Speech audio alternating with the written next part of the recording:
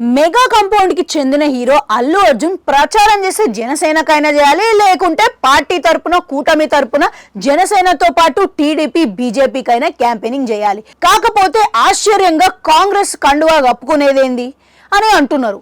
అవును, కాంగ్రెస్ కండువా కప్పుకొని ఆయన ఫోటో అట్లనే దేశం మొత్తం కాంగ్రెస్ ని గెలిపించండి అన్న వీడియోలు కూడా ఇప్పుడు సోషల్ మీడియాలో తెగ వైరల్ అవుతున్నాయి.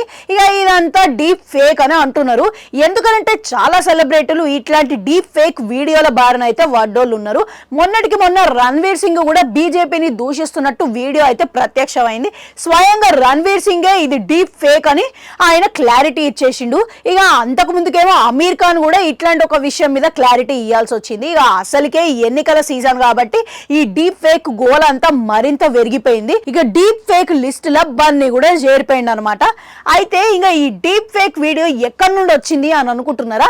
2 ఏళ్ల కిందట బన్నీ న్యూయార్క్ లో ఇండియా డే పరేడ్ కు పోయిండనమాట. ఇక వీడియోని ఆయననే స్వయంగా షేర్ చేసిండు. ఇక దాన్నే ఇప్పుడు పట్టుకొచ్చి డీప్ ఫేక్ వీడియో లెక్క చేసిరు కొంతమంది అనమాట.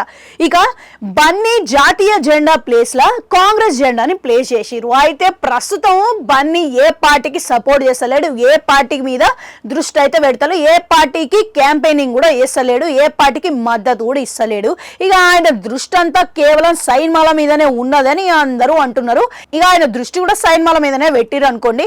మొత్తం మీద టెక్నాలజీని వాడుకోవడం అంటే ఇదేనేమో మరి ఇంతలా అన్నట్టుగా వీళ్ళు చేస్తున్నారు. ఇక ఎంతవరకు ఇట్లా చేసుడు కరెక్ట్ అంటారు? మీకేమనిపిస్తున్నది? కామెంట్ సెక్షన్ లో కామెంట్ పెట్టురి. అట్లనే అడుగంటుంటే అది కూడా అనుకురి. మళ్ళీ వస్తా.